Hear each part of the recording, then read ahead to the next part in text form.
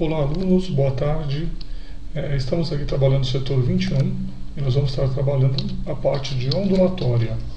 Nós vamos trabalhar hoje o módulo 4, que é o espectro eletromagnético. O que são ondas eletromagnéticas? São ondas transversais que são formadas por um campo elétrico e um campo magnético. Ele é oriundo de vibrações de cargas elétricas. Portanto, ela pode se propagar em um meio material, mas não precisa de um meio material para se propagar. Então, uma onda eletromagnética se propaga tanto no ar como no vácuo, tá? E alguns meios materiais que são transparentes à sua passagem. Nós temos aqui o espectro eletromagnético, começando das ondas de menor frequência, veja aqui 10 elevado ao quadrado, até as ondas de maior frequência, veja aqui 10 elevado a 25. É importante você observar também essa outra linha aqui, onde nós percebemos que para a direita a frequência aumenta, já o comprimento da onda aumenta para a esquerda. Isso significa que quanto maior a frequência da onda, menor é o seu comprimento de onda. Então, começando aqui pelas ondas de menor frequência e maior comprimento de onda, nós temos as audiofrequências, depois radiofrequências, microondas, infravermelho, a luz visível, nessa parcela aqui amarela, e depois destacada aqui as cores, ultravioletas, raio-x e raios gama. Vamos começar falando da luz visível.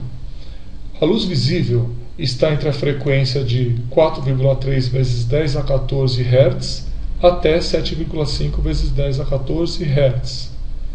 Ali, o comprimento de onda dela varia de 700 nanômetros até 400 nanômetros, sendo que esse maior comprimento é o da luz vermelha e o de menor comprimento da luz violeta.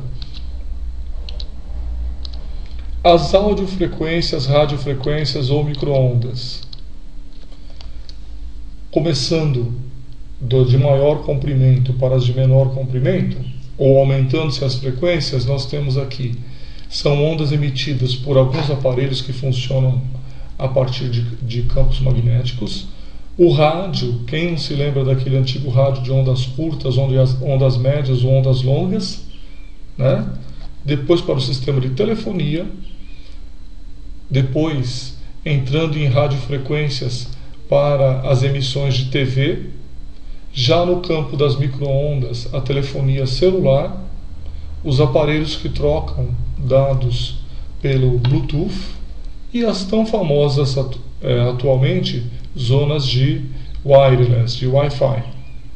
Todos esses exemplos estão dentro desse intervalo de audiofrequência, radiofrequência e microondas. A radiação infravermelha, né, é radiação proveniente de ondas de calor, que hoje são amplamente utilizadas na análise de materiais, no comportamento de máquinas, etc. São criadas pela matéria aquecida, são capazes de penetrar meios turvos e opacos. Se você observar essa imagem aqui, existe uma legenda aqui de cores aqui, onde você percebe em graus Celsius as cores que estão tendendo do vermelho para o rosa estão numa temperatura que se inicia em 30 graus e são superiores até a 32 graus. Então você pode observar a beirada dos carros aqui, uma parte frontal desse carro aqui, algumas partes dessa edificação aqui. Já entre 26 e 28 graus seria amarelo ou alaranjado. Você pode estar observando aqui. E quando vai para verde, do verde para o azulado, as temperaturas estão tendendo para temperaturas mais frias, como você pode observar as plantas aqui, né, e algumas partes do solo e algumas partes dos carros também. Correto? Luz visível. Explorando o aspecto, então, né, já falei a respeito disso daqui, só uma pequena ressalva. Na apostila, a figura que representa as cores está invertida, correto? O correto é isso daqui. Aqui tem maior comprimento de onda é a vermelha e menor comprimento de onda da luz visível é o anil. Radiação ultravioleta. A radiação ultravioleta é mais energética que a luz visível. É responsável por efeitos químicos e biológicos. A gente pode destacar a UVA, UVB e a UVC. Aqui nós temos então a radiação eletromagnética, a luz visível, infravermelho, e aqui eu tenho UVA, UVB e UVC. Quais são as características de cada uma dessas? UVA, síntese da vitamina A no corpo humano, certo? UVB, danos à pele, envelhecimento, melanomas, etc. E o UVC é utilizado em processos de esterilização industrial. Então, um tipo de radiação é fundamental para a gente, para a síntese de vitamina. A outra, que é a UVB, causa envelhecimento precoce, manchas na pele. E a UVC, no processo industrial de esterilização. A radiação X, o raio-X, é uma radiação de alta frequência, penetrante, que é muito utilizada através de uma chapa fotográfica, onde você coloca a chapa fotográfica, coloca o ser humano à frente dela e, ao receber a radiação X, a chapa fica mais escura. Então, essas partes que estão mais claras aqui absorveram a radiação X, podendo causar em excesso a cânceres, né? É por isso que é recomendável que não se faça mais do que 7 chapas ao ano. Aqui estamos o esqueleto da garota aí também, só para efeito de ilustração. E bela ilustração.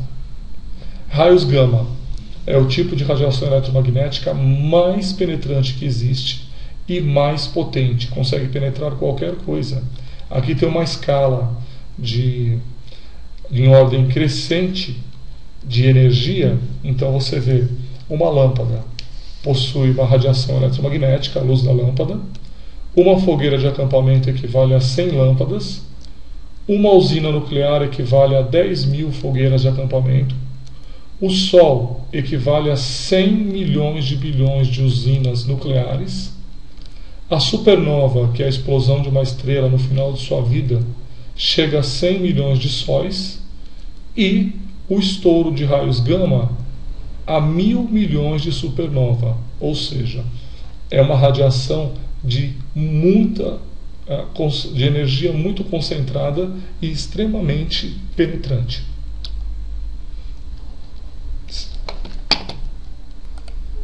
Vale a pena lembrar que todas as radiações eletromagnéticas que nós vimos se propagam no vácuo a uma velocidade de 300.000 km por segundo.